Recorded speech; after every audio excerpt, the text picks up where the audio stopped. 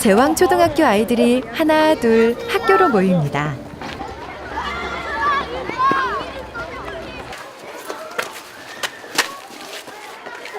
그런데 가방을 벗어두고 어디로 가는 걸까요?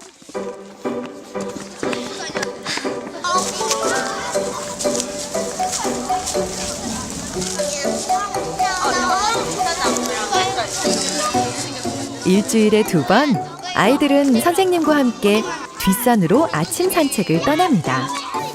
아이들에게 뒷산은 자연을 체험하는 커다란 교실이 되어주는데요.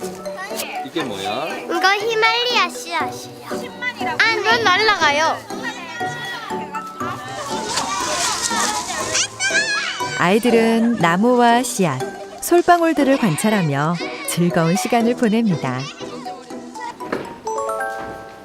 오전 9시, 교실로 돌아온 아이들이 오늘 본 풍경들을 배움 일기에 꼼꼼히 적습니다. 매 수업마다 배운 내용을 기록하는 습관을 통해 아이들은 스스로 성장해 나갑니다. 항상 독서도 읽고만 지나가면 그냥 그걸로 싹 지나가는데 선생님들은 항상 무슨 수업을 하든지 쓰기를 시키시잖아. 그러면서 다시 내가 오늘 공부한 게 뭐고 어떻게 하고 그 방법이 우리 학교에서 정말 좋은 배우기. 선생님들께서 아이들 노트 정리는 정말 꼼꼼하게 잘 시키시거든요. 1년에 노트를 10건에서 15건 정도 사용을 해요. 그러면 과연 이 아이들은 노는 학교를 외부 사람들은 재앙초하면 노는 학교 이렇게 얘기를 하는데 과연 이게 정말 노는 학교일까? 나름의 공부는 열심히 하는 학교, 정말 좋은 학교인 것 같아요. 점심시간이 막 지난 서울의 한 고등학교 수업시간. 학생들이 여기저기 쓰러져 잠을 잡니다. 곳곳에 자는 학생들이 보이는 수업 시간. 많은 학교에서 흔히 볼 수 있는 풍경입니다. 학원 공부를 더 중요시하는 경향이 있어서 학교 수업을 소홀히 하고 선생님을 더 약간 무시하고. 또 다른 학교의 수업 광경입니다. 강의 중인 교사의 코앞에서 학생들이 무더기로 잠을 자고 있습니다.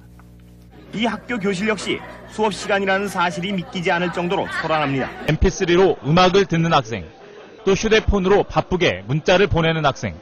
교실에서 배움의 열기가 실종된 지는 오래됐습니다. 복명중학교 1학년 교실에선 영어 수업이 진행되고 있는데요.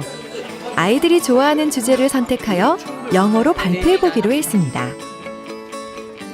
발표 주제와 방식을 선택하고 자료를 만드는 것까지 모두 아이들 스스로 준비해야 하는데요.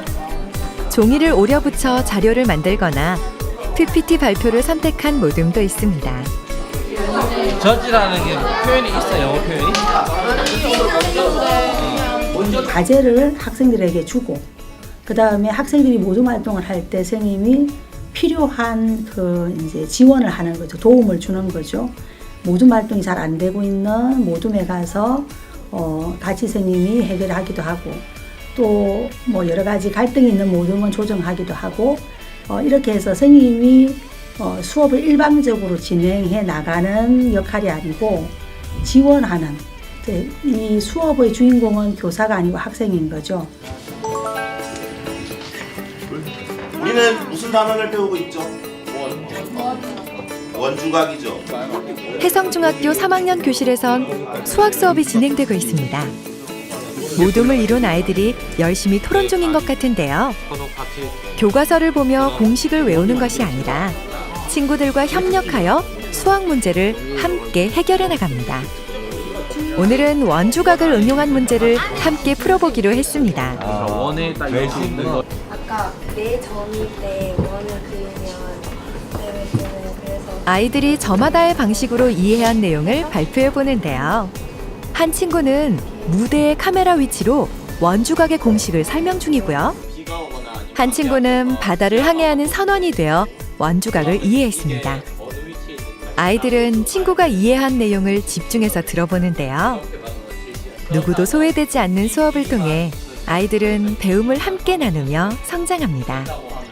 이제 모둠 수업을 하면 이제 답이 안 나와 있고 친구들이랑 제가 답을 찾아야 되는 과정인 거잖아요. 그래서 뭔가 좀 더 깊이 생각을 해볼 수 있고 생각하는 힘 같은 것도 기를 수 있는 것 같고 그래서 네, 오히려 나중에 시험을 치고 나서도 뭔가 제 기억에 많이 남는, 왜냐하면 제가 직접 말을 했고 내가 생각한 걸 바탕으로 이제 시험을 치니까 나중에 돼서도 그 전보다 더 잘 기억도 나는 것 같아요.